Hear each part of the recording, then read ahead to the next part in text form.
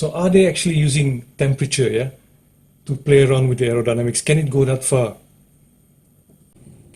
We're going to be talking about 2019 Formula One cars rear section here, more towards the exhaust, the strut design, and the new regulation having wider wing and taller wing. 2019, because of these rule changes, teams have changed the strategy. A lot of teams were using single strut tower last season. Now they've gone to twin strut, probably because of they want to take advantage of the taller wing. Yeah, we'll get into that later.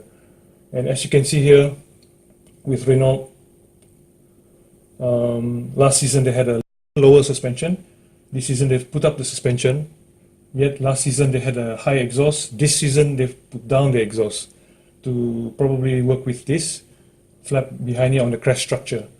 Now obviously the race suspension is to give way more airflow towards around the diffuser. As you can see here, the suspension has gone up, and even the exhaust have to make way for the suspension, the chassis that mounts the suspension, and it goes back down, probably to work with this again, this crash structure. Seeing this coloring here, temperature. Whereas last season they had a completely different strategy, single strut tower. The wing was lower, so they wanted to work the exhaust go under effect towards the lower bit of the wing, which you can see here has a different material, probably more heat resistant material, yeah, and lower suspension design, and the exhaust pointing upwards, not working with any of the lower bits at all, the exhaust, and basically it'll have a go-under effect here and punch the exhaust past the wing right in the middle, probably to scavenge the general rear area air velocity. Yeah.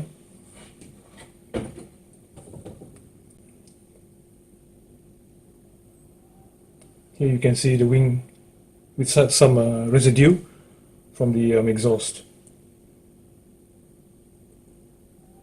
Here, single strut, the heat shield, single strut again. Then we're going to get on to the single strut, why it's probably designed this way, not to mention why it's going past the exhaust system. There again, one was so high on top with single strut, now they've gone to going downwards and double strut. Now you can see how effective the co-under effect is, where all the residue from the exhaust has left behind all this debris on the heat shield. One would expect just a middle bit, but apparently they've got the whole thing working to produce more downforce using the exhaust system. This is Alfa Romeo's. See, Alfa Romeo and Ferrari has been using twin strut last year, and they've continued this year. So as you can see here, the design of the turbo bypass seems that, you know, they are using the exhaust gases velocity coming out from the bypass probably to work with the aerodynamic downforce, because you know, the way they stacked it up, as if they have intentions to do something. In this particular case, probably they're trying to get some height here to work with the rear wing, or the velocity of the wing, to influence the velocity of the rear wing. We don't know, probably because FIA has mentioned on engine mapping on the exhaust, how Formula One cars use the anti-lag system to literally blow the turbocharger, but actually to blow the turbocharger to go past the turbocharger into the exhaust, even during off throttle or light throttle. So the exhaust could influence the rear aerodynamics, and to a certain extent, there are some cases whereby even the bypass valve is also used to influence it. And you can actually see the design of the bypass valve. It's not conventional. There is You know, there is an intent to it. This is a Haas. You see the Haas's arrangement is just like Ferrari, yeah, with this one singular bypass and one big exhaust behind. Twin pillar. This is Ferrari. Ferrari probably is using some of this exhaust to scavenge outlet by adding this air outlet there. Yeah? What they could do with this is they could shrink the side pod's air outlet smaller, so they could get more air to work with the under tray and the diffuser, and some of the air would come up from the top. Ferrari has done this before, yeah, to scavenge the outlet with exhaust.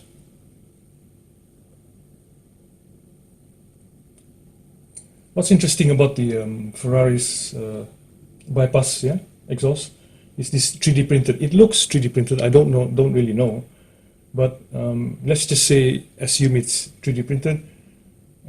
That could mean that there's some very, very tight, intricate bits here that he has to go pass through. So then you have to use 3D printing to go around the tight bits. Yeah.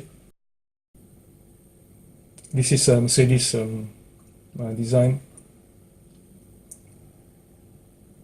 The whole top bodywork converged towards the exhaust and the lower bypass. Yeah.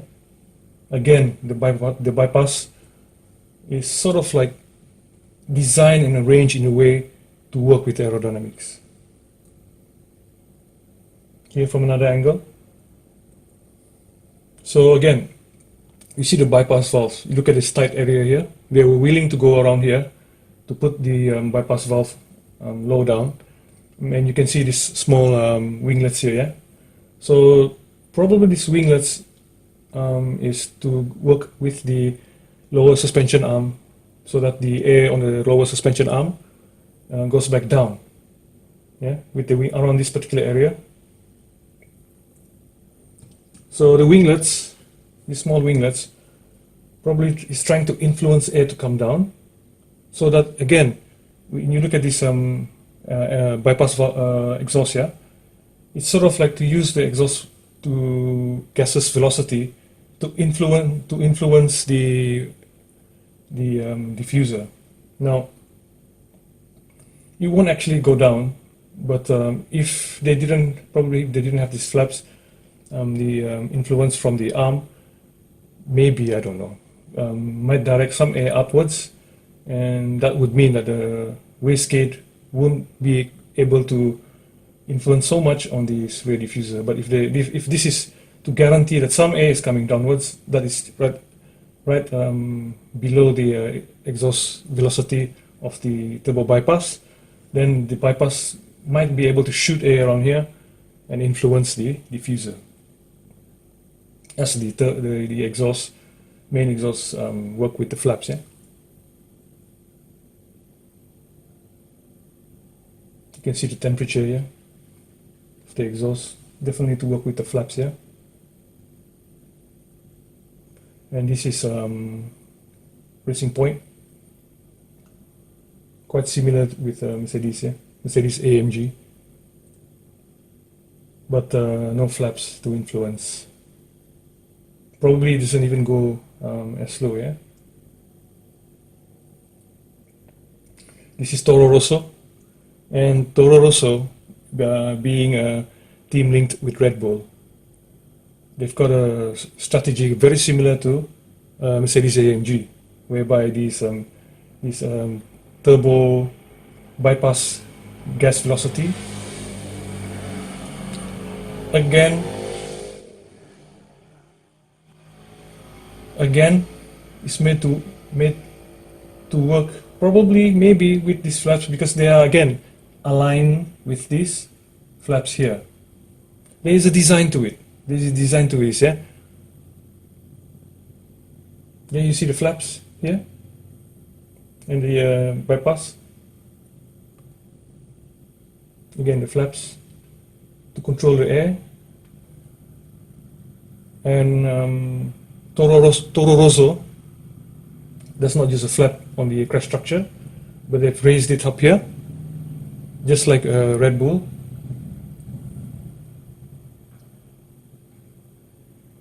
you can see here Williams, yeah. Williams wastegate exhaust gases, again pointing towards a wing element here. So there is definitely something going on with these Formula One engineers' targeted intent, yeah, with this design. When I first saw Red Bull's design, yeah, it was quite different from the other teams. All the other teams had enclosed section here, bringing all the way down, but Red Bull has an opening here and an outlet. Probably a little bit like Ferrari's small outlet with the turbo wastegate. So with Red Bull, you can see the design probably they wanted to get air out from the top here, so that probably they could make smaller outlets on the set pod here, coming from the radiator to go on top a little bit and come out from the top here. And probably also to use the exhaust gas velocity to scavenge air and influence even more air coming out from the top here. With the air coming out from the top here, they could make the outlets smaller, and more air would converge towards the rear than if they didn't do this probably, and improve or try to improve downforce. Yeah, as you can see here.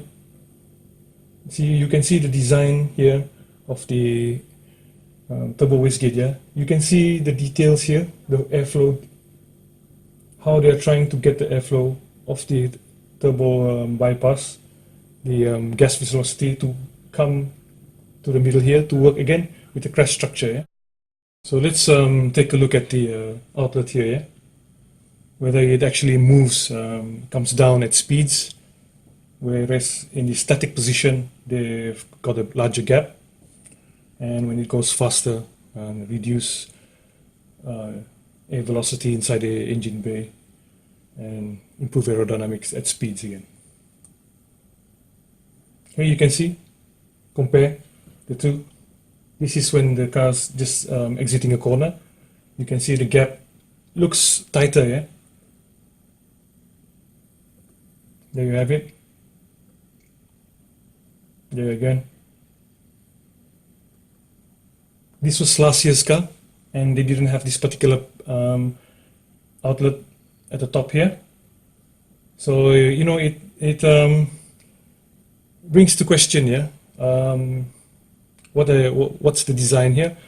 Well, I guess as the car is at lower speeds, they get more cooling, more air being extracted from the rear end. And as the car goes faster and faster, there's more abundance of speed. They don't really need that much cooling. So they would reduce the intake on the side pods by making the outlet smaller by choking it, yeah? And this would definitely improve coefficient drag at speeds, and also get some cooling when the car is not moving quickly.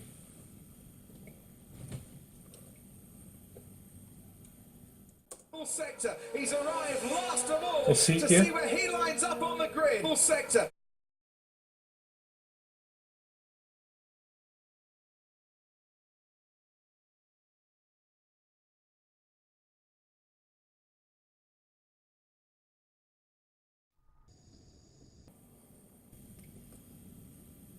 Very, very interesting outlet here, yeah?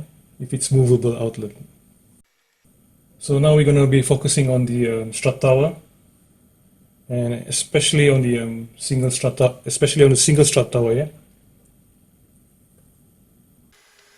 So you can see here world-class illustration, sorry about that, on flexible wings, yeah? So with flexible wings, you can go high downforce, yet when you're on the straight, high downforce is also high drag, so you won't get that much top speed, and some of the straights on racing circuits are very long, so this the drag factor might have an effect on lap times. So what engineers have done is they've flexed the wings, so at the high speed sections, the coefficient drag of the wing is better by design when it's moving backwards, leaning backwards. Downforce is still higher at speeds, obviously, because of the velocity of the air. but the ratio has changed, yeah, from a high downforce ratio to a slightly lower downforce ratio, because you need the air velocity to actually push the wing, yeah. What's also very unique about this design, or very clever in fact, is that if you use the higher downforce rear wing you use, the more flex you get, because again, the flexing works with air velocity and drag. So high drag wing will pull the rear wing further behind. That's the reason why we are focusing on flexible wing is based on the design of the rear strut tower. So this was Renault once used a single strut, now they've gone double, probably because of the high wing. So the high wing allows them to design a two strut whereby the struts are much smaller, yeah, and to take advantage of the leverage of a smaller strut. Whereby if they use a bigger single strut, the strut needs to be more sturdy and stronger because of the higher wing. And also the wider wing, which means there's more downforce this season, yeah? Here we can see double strut, Alfa Romeo. Double strut, Haas. Double strut, Ferrari. Mercedes single strut last season, now they've gone double strut. And this is Williams, double strut. McLaren, double strut. And Racing Point, single strut. So we're going to look at how single strut uniquely has its way with wing flex. Yeah? This is Racing Point. Toro Rosso. And Red Bull. Now, what's very unique about Red Bull's design is in fact, all of these single strut, yeah, is how close these shrouds are on the exhaust. So are they literally being very, very close to the exhaust, yeah, to have heat influence this area and make it a bit weaker, yeah, and if it becomes weaker, it might tend to flex at high pressure. And this bit also, all this bodywork here, and there's actually bodywork on these struts. And you know, Formula One suspension, they use flexible joints, and I won't be surprised if they relate those flexible joints to the structure of the strut. And not to mention the uniqueness of Red Bull, especially Red Bull, they've got this something going inside the intake here, carbon fiber. So are they actually using temperature, yeah, to play around with the aerodynamics? Can it go that far? And then single strut. But then again, you can see there is some heat going on here, temperature markings.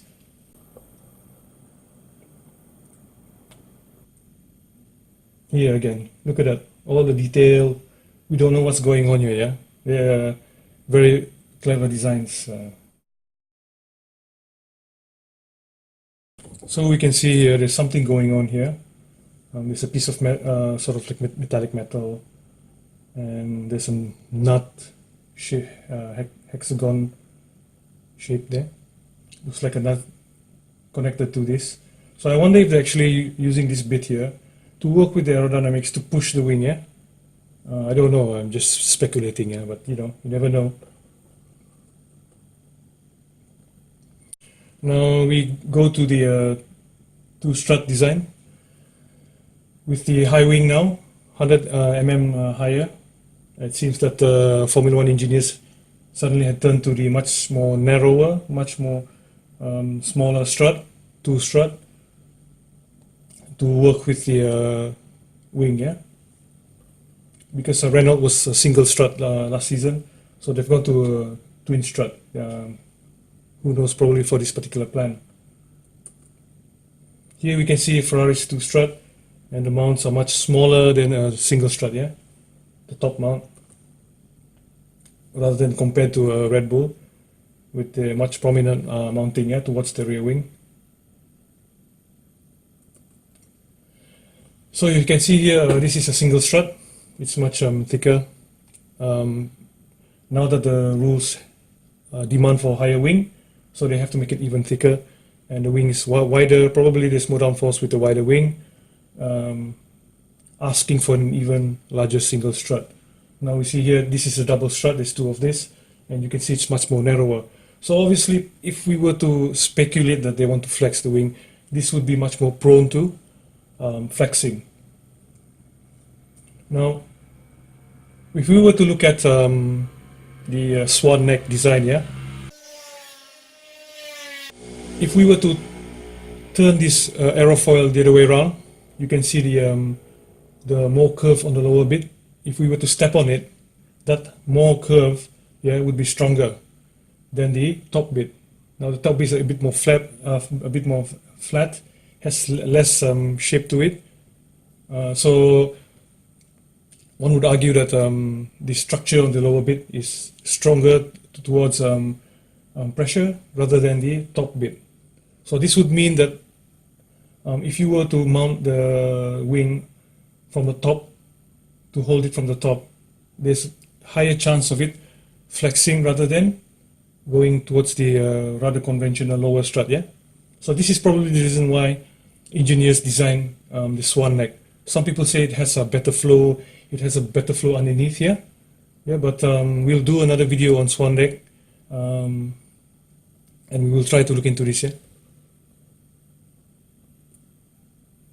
Here you can see Renault last season, single strut, temperature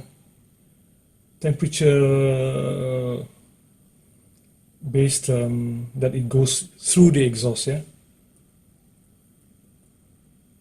you can see the strut going through the exhaust. Here again, look, going right through the exhaust.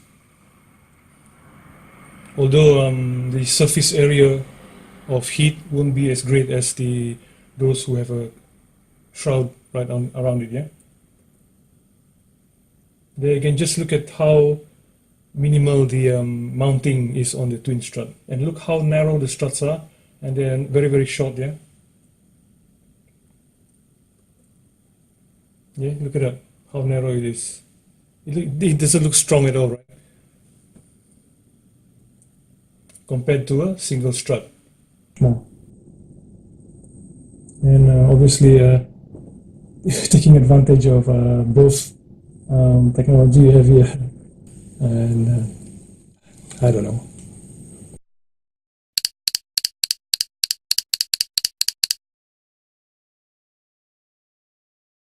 In this piece, we're going to be focusing on the exhaust, the turbo. In this piece, we're going to be focusing. Fuck it.